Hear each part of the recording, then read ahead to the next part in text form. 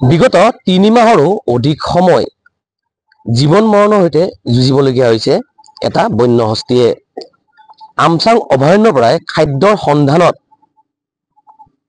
ওলাই আহিছিল এটা বন্য হস্তী। তাৰ পিছতে বন্য হস্তীটো আঘাতপ্ৰাপ্ত হৈছিল ভৰিত আৰু বিগত প্ৰায় 3-4 মাহ ধৰি বন্য হস্তীটোৱে এতিয়া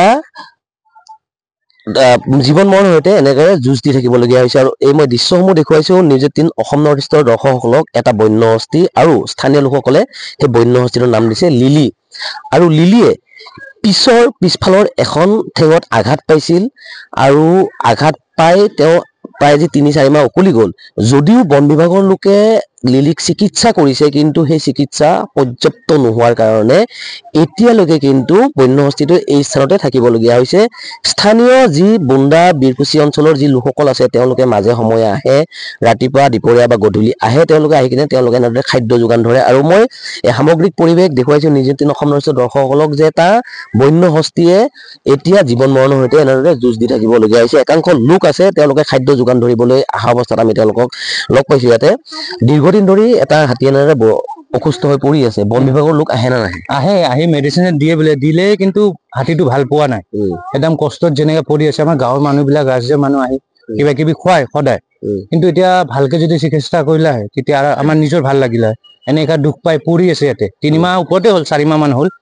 যদি আহে যদি ভালকে কৰে তেতিয়া ভাল লাগে। কি হৈছিল তাত মানে কাজিয়া কৰি দুটাই ভৰি ভাঙা বুলি শুনছো। এতিয়া আমিতো ক'ব নোৱাৰো।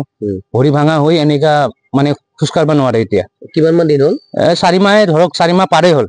এই তেতিয়াৰ পৰা এনেকা পৰি আছে। বন বিভাগৰ লোকে যি হিচাপে চিকিৎসা কৰিব লাগে সেই হিচাপে চিকিৎসা কৰা নাই নেকি? কৰা নাই, মানে মেডিচিন দি আছে বুলি কৈছে।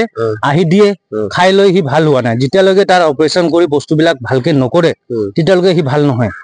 সেইকাৰণে অলপ যদি আহে ভাল কৰে তেতিয়া বেছি ভাল লাগিলে। মানুহবিলাক নাহে। দীৰ্ঘদিন ধৰি ইয়াতে এটা বন্য হস্তী মৃত্যুৰে ককবকাই আছে, ভৰি এখন লৰচৰ কৰিব নোৱাৰে। আপোনালোকে খাদ্যৰ কাৰণে মাতিছিল, চুচৰি কিবাকে আহিছে। আজি বহুকেই মাহ হ'ল চিকিৎসা কৰি থকা বুলি কৈছে, কিন্তু পৰ্যাপ্ত পৰিমাণৰ চিকিৎসা হোৱা নাই নেকি, যাৰ বাবে এনেকুৱাকে থাকিবলগীয়া হৈছে? চিকিৎসা নামততো এনে ঔষধ পাতি খুৱাই আৰু তেনেকে, আৰু বাকী বেলেগ একো হোৱা নাই। কি বিচাৰে আপোনালোকে? হাতীটো ভাল হোৱা বিচাৰো। ফৰেষ্ট ডিপাৰ্টমেণ্টে অলপ চকু দিব লাগে। ভালদৰে যদি চিকিৎসা কৰে ভাল হ'ব যেন আমাক লাগে। আৰু ইমান দিন ইয়াতে পৰি আছে যাতে ভাল হয়। আপোনালোকে লিলি বুলি মাতে তাক? হয় হয়, মৰমতে লালি বুলি। লালি। কিমান দিনৰ পৰাই মানে এনেকুৱাকে হৈ আছে? মোটামুটি 4 মাহ হ'ল। আৰু বন বিভাগৰ লোক যে আহা বুলি কয়, কেতিয়া আহে? সদায় আহে নে কেতিয়াবা আহে? সদায় আহে। আহিলে অলপ কিবা কিবি লৈ আনি অলপ দিলেও ইমান ডাঙৰ এটা বস্তু তেখেতৰতো পেট তেনেকে নভৰে। আমাৰ যিখিনি পাব্লিক আছে তেখেতসকলে অলপ চলপকে দি থাকে আৰু পানীৰ পৰা লৈ চব যোগান ধৰে। পানীটো লাগেই তেখেতক, পানী চানী তেনেকে দিয়ে।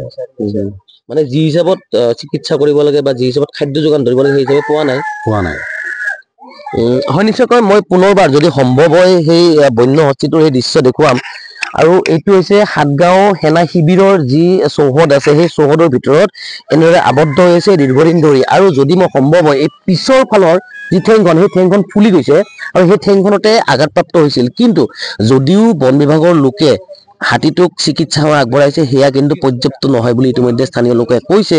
কিয়নো প্ৰায় 3-4 মাহ উকলি যোৱাৰ পিছতো কিন্তু হাতীটো এতিয়াও সুস্থ হৈ উঠা নাই বা এই স্থান এৰি যাব পৰা নাই।